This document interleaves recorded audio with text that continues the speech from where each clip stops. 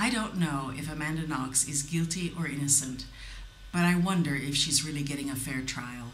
I spoke with a lawyer here in Italy who also teaches law at the university to get his perspective on the Italian legal system. In Italy, we don't have a jury system, like in the US. You don't have only lay people that decide. You have a pool of 2 professional judges and 6 lay people, and they sit together, they decide together. There's always the risk that if one of the 2 professional judges thinks that the criminal defendant is guilty, well, I mean, it's natural that she or he might have a lot of a cloud over the jurors. CNN's report of the trial says that Mignini, the prosecutor, laid out a vivid account of what he imagines happened that night. I have some doubts after reading about Mignini's performance in this book by Douglas Preston and Mario Spezzi, 2 journalists who investigated the Monster of Florence, and as an afterword addressed the issue of Amanda Knox's trial and the evidence that's involved. Public prosecutors, together with judges, are not elected by the people, nor are they appointed by the political power, but they are people that graduated, they have a law degree, they take an exam and they pass an exam.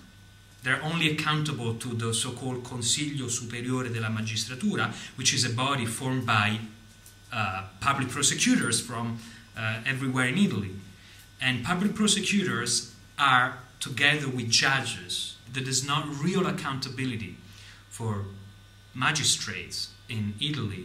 Is a big problem. It's probably one of the most serious problems that the Italian justice system has. Mm-hmm. Mm-hmm. Because, you know, when you have power, you must be accountable.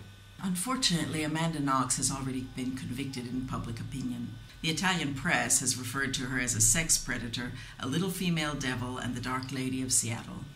Is the jury in any way sequestered during the process, or do they have access to newspapers? No. The jurors are not sequestered like it happens in the US.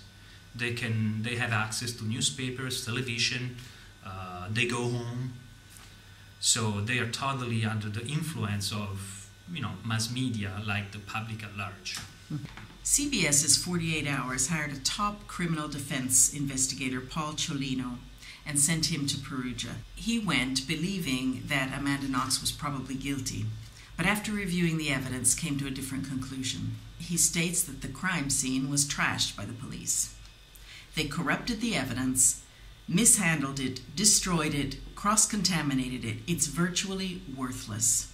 They said, we got great forensics, we got blood, we got DNA, we got footprints. And when you look at it, they don't have it. There is no evidence that these 2 kids were at that crime scene.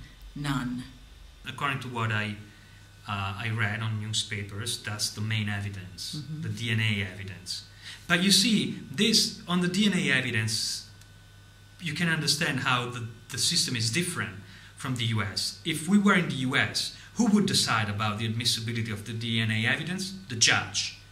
The jury would know nothing. In Italy, the judge decides on the admissibility of the DNA, but then that same judge also decides on the verdict. So there's something wrong about it. Is there a process of appeal? Yes, there is a process of appeal. If someone is convicted, or even if someone is acquitted in Italy, the defense or the prosecution can appeal.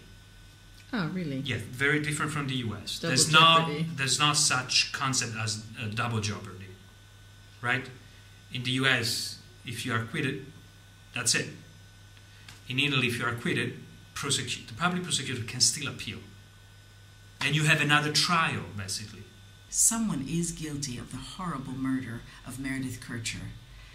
But if it isn't Amanda Knox and she's convicted of this crime, then the real murderer will go free.